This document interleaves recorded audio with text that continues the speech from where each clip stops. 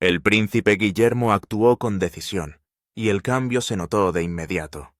Cada titular, cada susurro, cada erosión de la confianza pública se había ido sumando, y comprendió que la monarquía perdía credibilidad con cada escándalo que pasaba. El mensaje se había vuelto urgente e imposible de ignorar, y a las pocas horas de hacerse con el control, tomó una medida que dejó atónitos incluso a los más cercanos a la corona. Los hijos de la reina Camilla fueron expulsados por completo de los privilegios de palacio. Sin embargo, el destierro de la comida de Navidad fue solo el primer paso de una confrontación mucho mayor, una que rasgaría el velo de la corrupción en el más alto nivel de acceso real. ¿Qué había descubierto Guillermo que exigía una acción tan intransigente, y hasta dónde llegaría Camilla para proteger la red cuidadosamente construida en torno a su familia? Lo que siguió modificó el equilibrio de poder dentro de Palacio. La comida de Navidad en Sandringham debía ser ordinaria. Pavo asado rico, pudding, risas contenidas y la ilusión de que la tranquila tradición continuaba como siempre. Tom Parker Bowles y Laura López estaban cómodamente sentados riéndose de las reformas de la finca y de las bodegas, hablando como si el acceso a la realeza fuera un derecho heredado y no un privilegio. Al otro lado de la mesa, el príncipe Guillermo estaba sentado a la cabecera quieto y observador. Su mirada seguía cada movimiento, cada intercambio. El rey Carlos parecía agotado con el peso de los últimos meses grabado en el rostro. La sonrisa practicada de Camilla parpadeó más de una vez, su compostura se agotó. Había una tensión en la sala que nadie reconoció en voz alta. Se retiraron los platos, la conversación se suavizó, y William dejó caer su vaso de agua con un tintineo agudo y deliberado.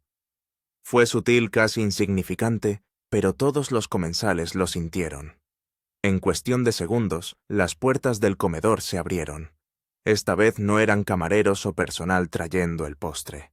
Entró seguridad armada moviéndose con precisión controlada, rostros neutrales, intención inconfundible. Las conversaciones se interrumpían a mitad de frase. Los cubiertos flotaban en el aire. La sala quedó en silencio. William se levantó lentamente y colocó una carpeta azul sobre la mesa con un ruido sordo. En su interior había documentos que no podían descartarse ni explicarse. Informes de auditoría forense, extractos bancarios, registros de empresas ficticias, facturas que rastreaban el movimiento de millones desviados a través de capas de entidades ficticias conectadas a cuentas reales. A Tom y Laura se les fue el color de la cara. Tom protestó balbuceando que era indignante, volviéndose instintivamente hacia Camilla, como si pudiera intervenir. Ella se quedó paralizada con la servilleta apretada en la mano, hasta que sus nudillos palidecieron, incapaz de hablar. El rey Carlos miró fijamente las páginas, su rostro palideció cuando los números contaron su implacable historia. No había ambigüedad ni lugar para la interpretación. Guillermo habló con calma, casi en voz baja, pero cada palabra era definitiva. Todos los contratos entre la corona y las empresas implicadas quedaban rescindidos con efecto inmediato. Los auditores del Estado recuperarían los fondos malversados. Se revocó el acceso a las propiedades, finanzas y privilegios reales de forma inapelable. No hubo debate ni negociación. Seguridad se adelantó y escoltó a Tom y Laura fuera de la sala. No se les permitió salir por los pasillos principales. En su lugar fueron guiados a través de estrechos pasillos de servicio, saliendo por una puerta trasera reservada para el personal y las entregas. Sus objeciones resonaron inútilmente tras ellos. William observaba desde la ventana con expresión impasible. La severidad era intencionada. Ya no se toleraría explotar la proximidad real en beneficio propio. Las reglas habían cambiado y el mensaje era inequívoco. Lo que escandalizó a muchos fue cómo el príncipe de Gales, que aún no era rey, tenía autoridad para actuar contra los hijos de la reina y pasar por encima incluso de las vacilaciones de su padre. 2 días antes de Navidad, Guillermo había organizado discretamente una transferencia legal de autoridad de emergencia que le otorgaba el control de las finanzas de la corona y la supervisión interna en circunstancias excepcionales. Fue legal, meticulosamente planeada y ejecutada con precisión, permitiéndole actuar unilateralmente contra el mal uso de los recursos reales. Dentro del palacio la incredulidad se extendió rápidamente. Camilla y Carlos se esforzaron por asimilar la rapidez y la finalidad de lo ocurrido. El personal susurraba a puerta cerrada. Fuera, Tom y Laura se sentaron en un vehículo de seguridad estándar apartados de la casa, como cualquier otro delincuente. William entendió lo despiadado que parecería, pero la necesidad pesaba más que la óptica. Cualquier indicio de que el deber público pudiera ser tergiversado para el enriquecimiento personal había sido cortado de manera decisiva. El palacio había cruzado un umbral.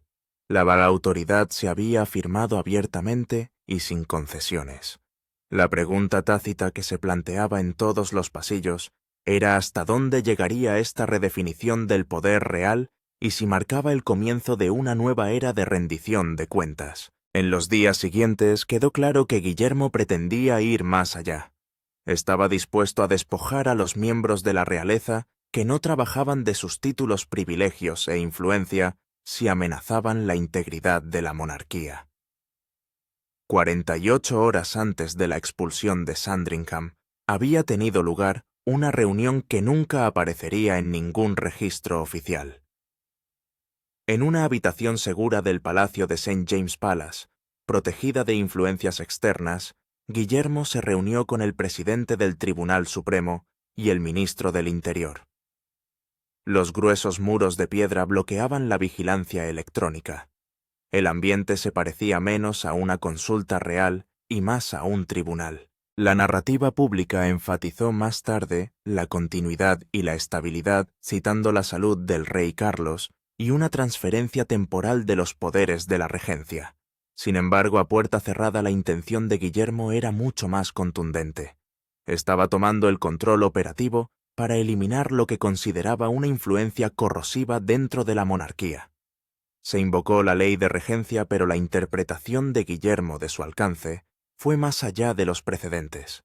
Estos no eran poderes simbólicos.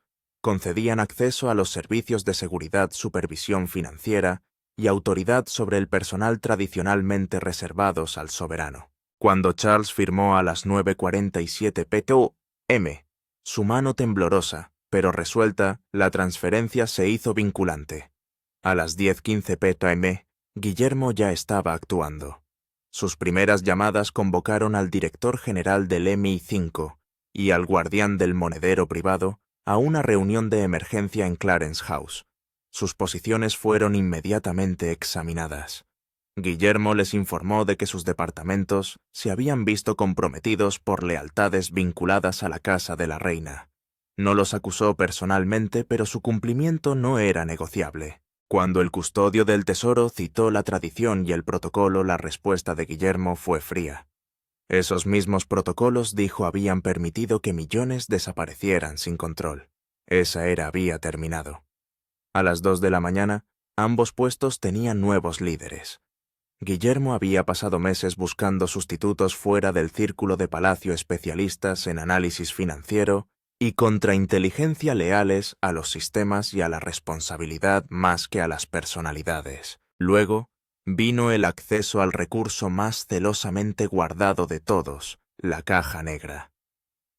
Este archivo seguro contenía décadas de transacciones financieras, evaluaciones de seguridad, archivos de personal y correspondencia clasificada destinada únicamente al monarca y su consorte.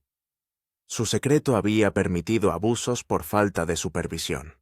Cuando el equipo de Guillermo empezó a examinar su contenido, meses de susurros, anomalías y gastos inexplicables se alinearon en una imagen clara y preocupante. Lo que surgió redefiniría no solo la crisis actual, sino la propia estructura futura del poder real. A las 3:03 a.m., William realizó su primera consulta. Todos los contratos y pagos vinculados a la familia Parker Bowles durante 5 años. Los resultados confirmaron y superaron sus peores sospechas. Los fondos reales se habían desviado discretamente a través de las partidas presupuestarias cotidianas, la logística, el mantenimiento de la finca, las recepciones diplomáticas y los actos benéficos. Consideradas individualmente, ninguna de estas partidas hizo saltar las alarmas. Todos eran gastos plausibles y rutinarios. Pero los patrones contaban una historia diferente. Los pagos se habían desviado sistemáticamente pequeñas sumas por aquí y transferencias mayores por allá, diseñadas para parecer legítimas en las auditorías superficiales, mientras se acumulaban en secreto enormes sumas en cuentas que nadie debía ver. En el centro de esta red estaban Tom Parker Bowles y Laura López. No solo se beneficiaban casualmente, controlaban una red de fideicomisos extraterritoriales en la isla de Man Jersey y las Islas Vírgenes Británicas, cada uno vinculado a Shell. Compañías que tenían contratos reales con palacios. Cada factura, cada transferencia, cada documento firmado formaba parte de una estrategia coordinada para extraer riqueza bajo la apariencia de operaciones ordinarias. La sofisticación del esquema dejó claro que no se trataba de un robo oportunista. Fue planeado, deliberado y aislado de ser descubierto hasta que la investigación de William finalmente lo expuso. La red de Tom controlaba el suministro de alimentos de primera calidad del palacio. El salmón escocés se factura al triple del precio de mercado. Vino a 2.000 en lugar de 500. Flores cuadruplicó su coste. Laura facturó decenas de miles por asesoramiento a los medios de comunicación, lo que equivale a un solo correo electrónico, o cientos de miles por consultas de crisis, cuando no se produjo ninguna. La categoría más chocante, producción y coordinación de eventos especiales. El cotejo de las facturas con las circulares judiciales y las pruebas fotográficas reveló que muchos eventos nunca se produjeron. Otros eran mucho menores de lo facturado. ¿Fue solo codicia o un fraude deliberado para desviar millones? Las facturas mostraban unos 45 millones de libras cobrados en 5 años, canalizados a través de cuentas controladas por los hijos de Camilla. Todas las transacciones fraudulentas pasaban por la oficina de la reina antes de llegar al guardián de la bolsa privada. William ahora tenía pruebas de lo que fue robado y cómo. Pero lo que seguía sin estar claro era si Camilla era simplemente negligente o había orquestado todo el plan desde las sombras. La respuesta dependía de una última pista. Un sello púrpura distintivo que aparecía en documentos en el momento preciso en que el anciano rey era más vulnerable. Si ese sello revelaba complicidad, se decidiría el destino de los hijos de la reina y el equilibrio de poder en la monarquía. Sello púrpura de la traición. Los contables forenses de la operación segura del sótano de Guillermo estaban agotados, pero eran implacables. No eran burócratas de palacio acostumbrados a un trato deferente o a almuerzos lentos. Eran investigadores procedentes de la Serious Fraud Office y de antiguas unidades de inteligencia financiera del MI6, entrenados para rastrear el blanqueo internacional de capitales. Trabajaban en una sala de alta seguridad sin ventanas en el Palacio de Kensington, sin internet, sin teléfono, sin contacto con el exterior, y sus instrucciones eran sencillas. Encontrar la pistola humeante. Pero ¿quién iba a pensar que descubrirían una traición tan íntima? Una analista principal que ya había desentrañado una red rusa de blanqueo de dinero de 2.000 millones de libras, detectó el patrón que sacudiría a la monarquía. Había estado revisando gastos de fondos especiales, dinero reservado para emergencias, eludiendo la supervisión normal. Los reglamentos reales que se remontan a Jorge Pinto exigían 2 firmas para cualquier retirada, la del guardián del monedero privado y la del propio monarca. Esta doble autorización existía para evitar incursiones no autorizadas en las reservas discrecionales de la corona. Había una autorización de fondos especiales, compilada a lo largo de 5 años, 237 transacciones, por un total de 87 millones de libras. Pasó las firmas por un software de análisis, comparándolas con ejemplares conocidos de distintas épocas. La firma de una monarca sana tendría entre un 95% y un 98% de confianza En cuanto a coherencia, formación de letras y control, los resultados fueron escandalosos. Las autorizaciones más grandes de entre 500.000 libras y 3 millones de libras obtuvieron solo entre un 45% y un 70%. No se trataba solo de firmas descuidadas. Eran de alguien a quien le temblaba la mano, cuyo control motor estaba alterado, alguien que firmaba bajo una fuerte medicación o con una fatiga extrema. Cruzar estas firmas con el historial médico del rey Carlos empeoró las cosas. Las mayores transacciones fraudulentas coincidían precisamente con los tratamientos de quimioterapia o los periodos de recuperación postoperatoria, momentos en los que los antinauseosos, los fármacos y los analgésicos entorpecían la cognición.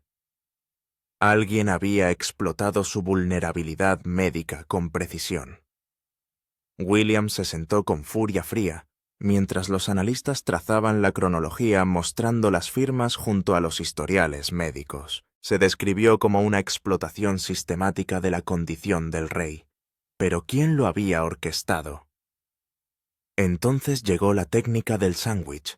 Solicitudes de alto valor fueron enterradas entre papeleo mundano.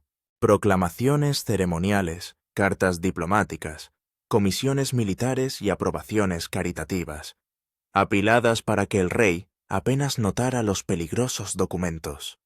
El personal leal a la oficina de Camilla insistiría en la urgencia. Debemos firmarlos hoy, señor. Tal vez rápido para que pueda descansar. El rey, confiado y fatigado, firmó rápidamente, dedicando solo unos segundos a cada página. Estaba alguien deliberadamente armando su confianza. La prueba definitiva vino del sello púrpura. Las solicitudes de fondos especiales pasaban primero por la oficina de la reina para su revisión administrativa, que incluía la aplicación de un sello distintivo, la insignia personal de Camilla, antes de enviar los documentos a Carlos.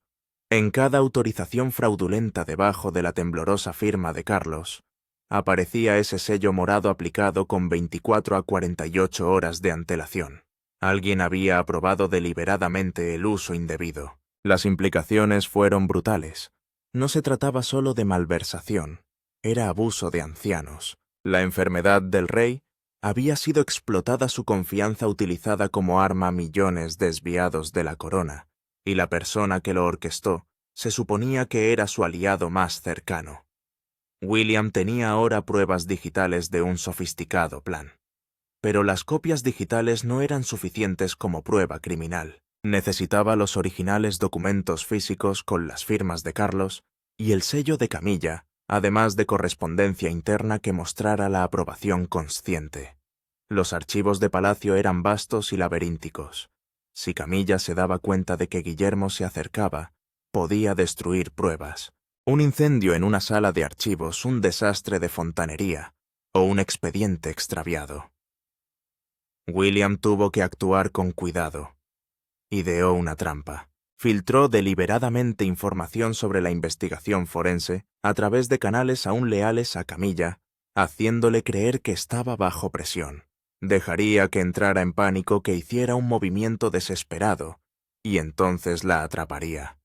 El escenario estaba preparado, pero las respuestas aún eran desconocidas.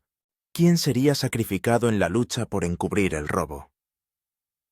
Destruiría Camilla las pruebas y quedaría expuesta, o podría salir indemne cuando la lealtad se convierte en un arma.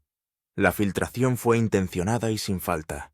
El equipo de Guillermo había identificado a Margaret Thornton, una auxiliar administrativa de la oficina de Privy Purse, recomendada personalmente por Camilla y leal a ella. Ella no era corrupta. Ella realmente creía que Camilla era injustamente vilipendiada. Pero eso la hacía predecible. Los investigadores de William se las arreglaron para que escuchara una conversación simulada entre auditores. Se siguió el rastro del dinero. Los documentos originales firmados fueron la pieza final. Y una vez recuperado el caso, sería hermético. Margaret escuchó cada palabra tal y como estaba planeado. ¿Cuánto tiempo antes de que Camilla se diera cuenta de que la trampa había sido tendida?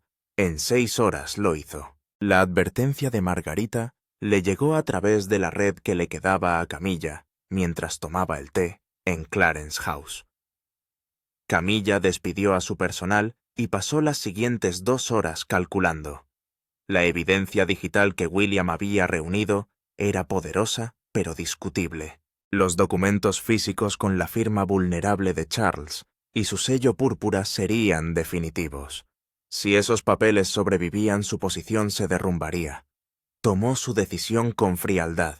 Sacando un teléfono desechable que utilizaba para conversaciones delicadas, Camilla llamó a Ali Hassan, su jefe de escolta durante 15 años. Ali no era solo un guardaespaldas. La había protegido durante los días más oscuros, protegiéndola de los paparazzi, revisando los coches en busca de explosivos, guardando secretos que nadie más podía confiarle. Su lealtad iba más allá del deber profesional. Pero ¿podría la lealtad sobrevivir a una orden tan extrema? Camilla explicó lo que tenía que pasar. La caja fuerte número 4 del archivo B contenía las autorizaciones originales. Tenía que desaparecer sin hacer saltar las alarmas. Ali comprendió al instante que no se trataba de un simple trabajo de seguridad. Era la destrucción de pruebas, posiblemente la obstrucción de la justicia. A la 1:45 a.m. Ali entró en el Palacio de Buckingham por la entrada del personal, vestido con ropa de seguridad nocturna, confundiéndose entre las sombras. Sus credenciales le permitían acceder a la mayoría de las zonas no públicas. Llevaba herramientas, una linterna disfrazada de cortador láser para la caja fuerte y un artefacto incendiario para la destrucción final. Se movió por pasillos que conocía íntimamente, evitando patrullas y cámaras, en dirección a la sala de archivos del ala más antigua y laberíntica del palacio. Llegó a las 2:03 m. La puerta estaba cerrada con un teclado, pero la autorización de Ali la abrió. Dentro la sala estaba a oscura salvo por la tenue iluminación de emergencia. Filas de armarios y unidades de seguridad se extendían en sombras. La caja fuerte número 4 se alzaba contra la pared más alejada, pesada y reforzada. Activó el cortador láser, fundiendo lenta y silenciosamente el mecanismo interno. Pasaron 15 minutos antes de que la cerradura cediera. La puerta de la caja fuerte se abrió. Dentro había una cartera roja que contenía 40 páginas de autorizaciones originales, de fondos especiales, las firmas de Carlos emparejadas con los sellos morados de Camilla. Cada página documentaba cientos de miles, a veces millones de libras extraídas fraudulentamente. Ali levantó el mechero, dispuesto a prender fuego a los papeles y borrar todas las pruebas. De repente, unos focos de alta intensidad iluminaron la sala. Ali se cegó, dejando caer el mechero. Varios pasos se acercaron rápidamente. La voz del teniente coronel Thompson se hizo oír. El archivo se mantiene, las manos en la cabeza. Ali estaba rodeado por 5 agentes armados del Grupo de Protección de la Realeza. El equipo táctico no iba de farol, en inferioridad numérica y de armas. Ali levantó las manos, le quitaron la pistola, se la ataron a la espalda y recuperaron cuidadosamente la cartera roja. Thompson le informó que estaba bajo arresto por intento de destrucción de propiedad de la corona, acceso no autorizado y conspiración para obstruir una investigación real. Ali no dijo nada, confiando en sus años de entrenamiento para protegerse a sí mismo y a su director. Thompson soltó una última bomba. El teléfono desechable que utilizó Ali había sido vigilado por comunicaciones durante 3 días. Cada palabra que Camilla había pronunciado, cada orden que había dado para destruir los documentos estaba grabada. Se había condenado a sí misma. La captura de Ali puso fin a una conspiración, pero reveló una cuestión más amplia que eclipsó todo lo demás. ¿Por qué iba una reina a arriesgar una felonía y la lealtad de su protector de mayor confianza solo para destruir pruebas? El testimonio de Ali y el fondo post-Charles. Ali Hassan estaba sentado en una sala que oficialmente no existía, una instalación de interrogatorios segura utilizada solo para situaciones demasiado delicadas para los canales policiales normales. El espacio era austero, mesa de metal, 3 sillas, paredes casi con toda seguridad insonorizadas y cámaras en las esquinas, pero su estatus legal era ambiguo. En virtud de las disposiciones de emergencia de la Ley de Secretos Oficiales y las normas de seguridad real, los asuntos que amenazan a la monarquía pueden tratarse mediante procedimientos extraordinarios, eludiendo las protecciones legales normales. No había abogados presentes. Al otro lado de la mesa se sentaron el príncipe Guillermo y Lord Justice Pemberton, el asesor jurídico superior. Guillermo había insistido en realizar el interrogatorio personalmente. No solo quería saber lo que Ali había hecho, quería entender por qué un oficial de protección condecorado lo arriesgaría todo para cometer un crimen por Camilla. Esa lealtad tenía un límite, pero lo había traspasado Ali por completo. El interrogatorio se abrió con una grabación, la voz cristalina de Camilla, ordenando a Ali que destruyera los documentos del archivo B, caja fuerte, número 4. El rostro de Ali permaneció tranquilo, pero William notó que su mandíbula se tensaba, su respiración controlada. Camilla no le había pedido que escondiera o trasladara los papeles. Le había exigido que dejaran de existir. No había expresado preocupación por su seguridad ni un plan para su salida. Su único objetivo era la desaparición de las pruebas. William deslizó documentos por la mesa, esbozando las consecuencias. Ali se enfrentaba ya a un mínimo de 20 años por allanamiento de zonas restringidas, intento de destrucción de bienes nacionales, puesta en peligro de un edificio patrimonial, conspiración para obstruir una investigación real y posiblemente cargos relacionados con terrorismo por ir armado. Su familia perdería pensiones, vivienda y ayudas a la educación. Años de servicio se borrarían en un instante. Otro documento ofrecía una salida a la plena cooperación a cambio de beneficios del tipo de protección de testigos, reducción de condena y seguridad para su familia.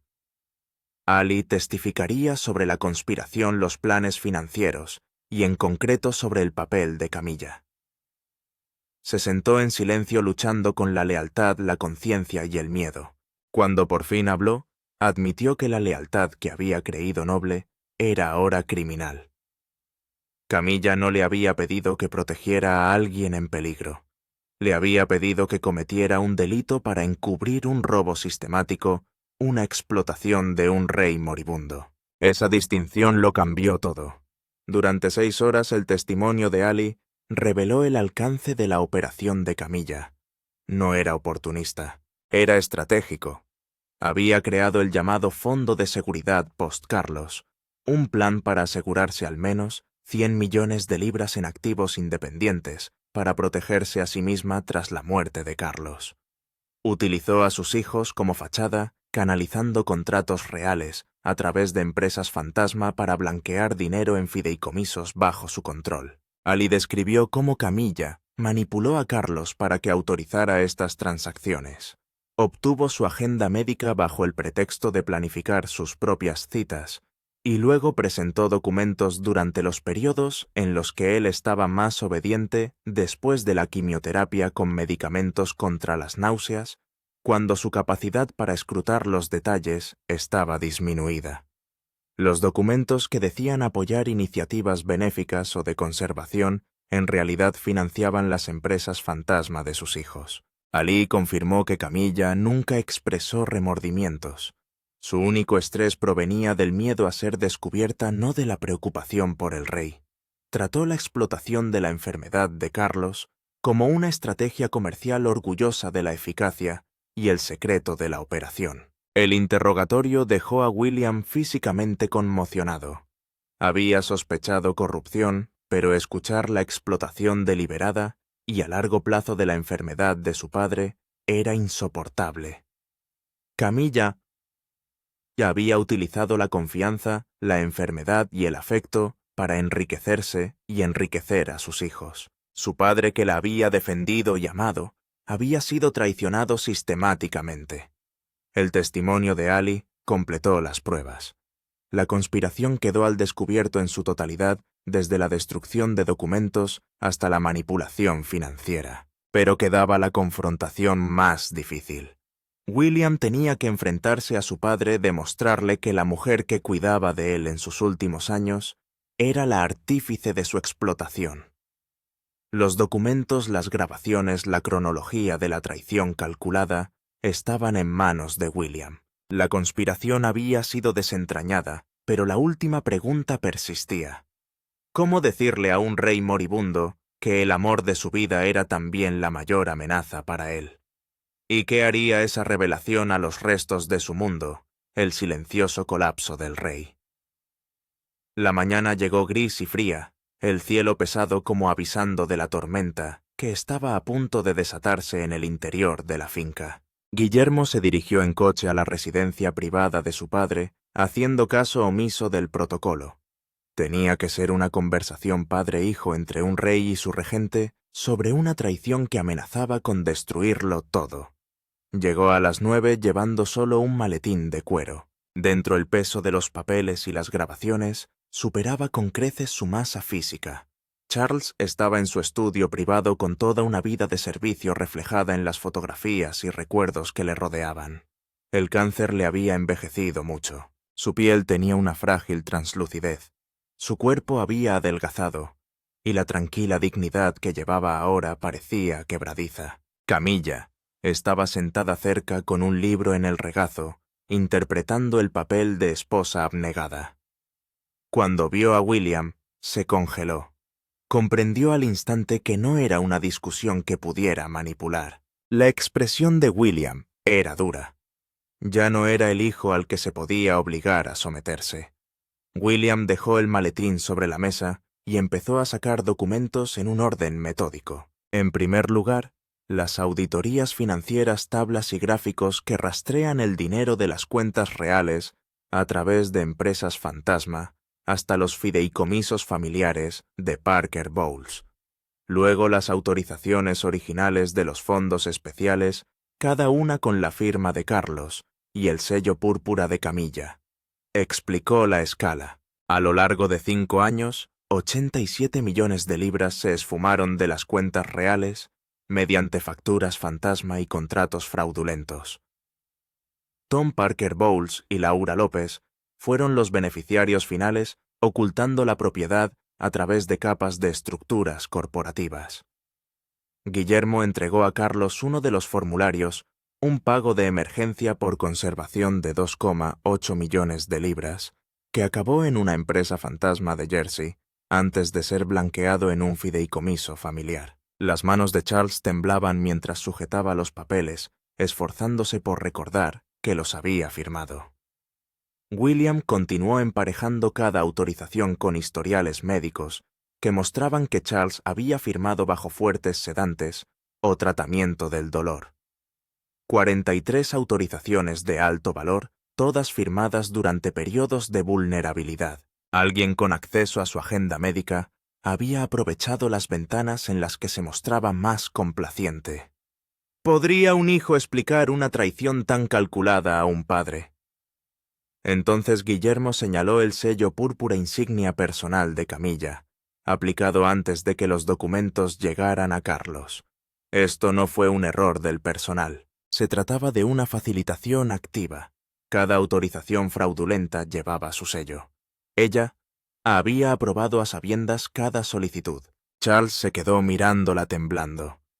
La mujer en la que había confiado, a la que había defendido frente a la opinión pública e incluso frente a su propia familia, le había utilizado como instrumento para enriquecer a sus hijos. La última prueba era una grabación de Ali Hassan, guardaespaldas de Camilla, durante muchos años. Describió con escalofriante detalle cómo ella había obtenido la agenda médica de Charles, cronometrado las sesiones de firma de documentos y falsificado la naturaleza de las solicitudes para explotar su confianza y sus instintos caritativos. Llamó a su estrategia de acumulación el Fondo de Seguridad Post-Charles, con el objetivo de asegurar al menos 100 millones de libras en activos independientes. Tras escuchar la grabación, Carlos ya no pudo negar lo que estaba ocurriendo. Se dio cuenta de la magnitud de la traición, de la explotación deliberada de su enfermedad y de hasta qué punto había sido manipulado. Se hizo la pregunta que rondó su relación durante décadas. ¿Por qué él se lo había dado todo? Amor, confianza, protección y estatus. Se había casado con ella, la había encumbrado y defendido, y ahora ella había convertido su enfermedad en una oportunidad usando su vulnerabilidad para robar millones. Las lágrimas que rodaban por su rostro no eran de rabia, eran pura devastación, dolor al darse cuenta de que sus últimos años los había vivido bajo una mentira. Camila intentó hablar, explicarse, pero toda defensa se derrumbó contra el peso de los documentos y los testimonios. Sus lágrimas no eran de remordimiento, eran de miedo. Se dio cuenta de que su mundo cuidadosamente construido se estaba deshaciendo y calculó cómo sobrevivir. Intentó culpar a William, alegando que su resentimiento por el recuerdo de Diana la había llevado a protegerse.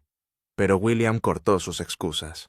Su miedo a perder dinero le había costado lo único que realmente importaba: la confianza de Charles. Charles se replegó sobre sí mismo procesando la totalidad del engaño. ¿Cuántas veces había presentado ella documentos bajo la apariencia de cuidados? ¿Cuántas veces había confiado en ella creyendo que tenía en mente su bienestar solo para ser manipulado? Cada recuerdo de compañerismo, amor y protección. Todo era una actuación, una estafa construida durante décadas. William se volvió hacia su padre suavizándose ligeramente. Le preguntó si Carlos quería que procediera con justicia o que se detuviera para evitar el escándalo. Charles sacudió la cabeza. Sus lágrimas continuaban, pero ahora había claridad. Había intentado proteger el honor de la familia, pero Camilla lo había destruido desde dentro. Asintió imperceptiblemente, concediendo a William permiso para actuar. Fue el gesto más triste que William había visto nunca. Un padre dando a su hijo la autoridad para destruir los últimos vestigios de felicidad en aras de la supervivencia. Las pruebas estaban completas. La conspiración totalmente expuesta. Sin embargo, la última pregunta seguía en pie. ¿Cómo es la justicia cuando el criminal es una reina y la víctima es un rey moribundo? Guillermo se enfrentaba ahora a la tarea de decidir cómo hacer rendir cuentas a alguien en un sistema construido para proteger a la realeza.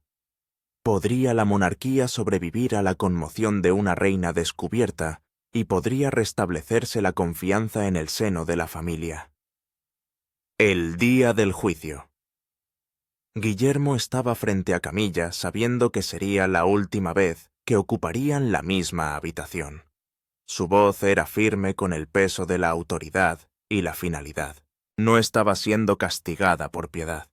Estaba siendo destituida porque la monarquía no podría sobrevivir a un juicio criminal público contra una reina consorte. Lo dejó claro inmediatamente. Sacó de su maletín una orden legal sellada por el príncipe regente y refrendada por el presidente del Tribunal Supremo. Los términos eran absolutos.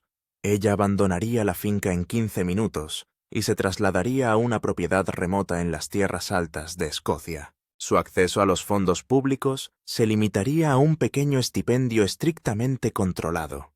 Mantendría el título de reina consorte solo de nombre, pero se le prohibirían todas las apariciones públicas, actos reales o deberes ceremoniales. Y lo más sorprendente, no tendría contacto con Carlos, ni visitas, ni cartas, ni llamadas. Cualquier comunicación se realizaría únicamente a través de canales legales. El contacto con sus hijos sería limitado y supervisado, condicionado a su plena cooperación con la restitución financiera. William fue firme. Los niños evitaron los cargos penales solo porque cumplieron. Camilla trató de discutir alegando sus derechos legales como reina, pero Guillermo la interrumpió. La alternativa era dura. Procesamiento penal completo por fraude, malversación y abuso de ancianos, tiempo en prisión para ella, juicios públicos para sus hijos y escándalo difundido por todo el mundo. Inmediatamente se dio cuenta de que la resistencia era inútil. Charles no intervino y miró hacia la ventana negándose a reconocer su presencia. Ella susurró aceptando, rota y derrotada. 2 agentes entraron, profesionales e inquebrantables, guiándola hasta el vehículo que la esperaba fuera. Solo podía traer la ropa que llevaba puesta. Todas las demás posesiones serían inventariadas, y todo lo que no se considerara sentimental sería vendido para su restitución.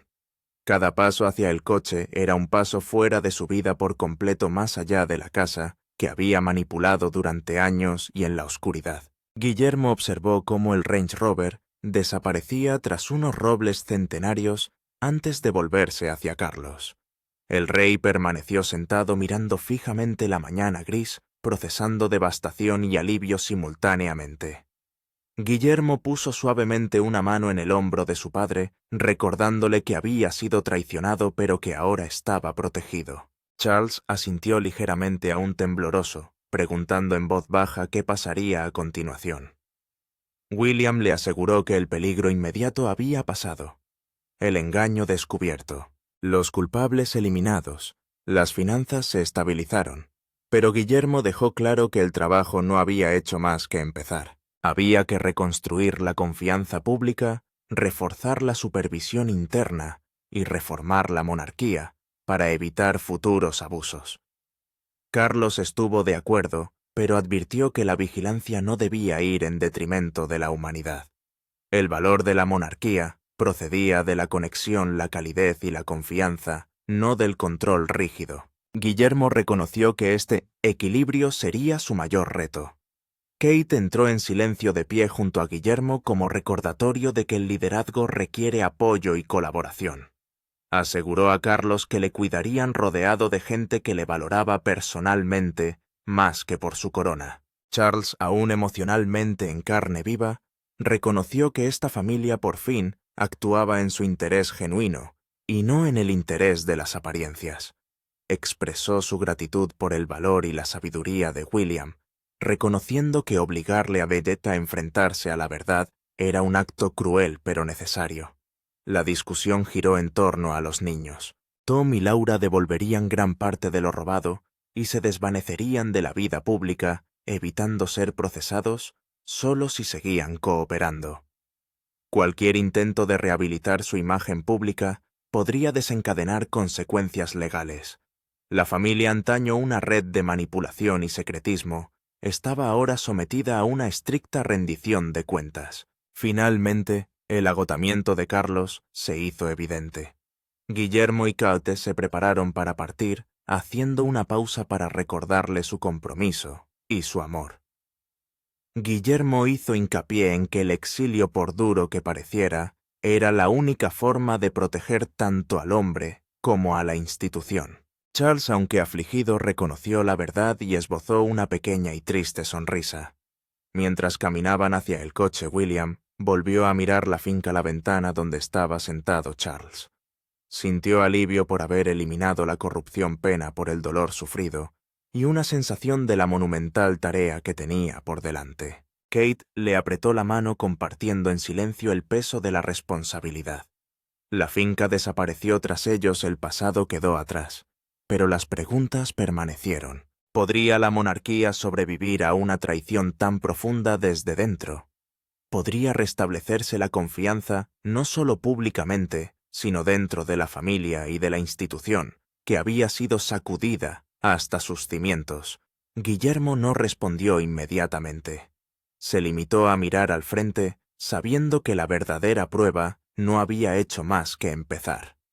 ¿Podrá la monarquía recuperarse por completo de una traición en la cúspide, y cuando Guillermo se convierta en rey, continuará Camilla aislada en el exilio? Comparta con nosotros sus opiniones en la sección de comentarios. Recuerda darle a me gusta, compartir y suscribirte para ver más.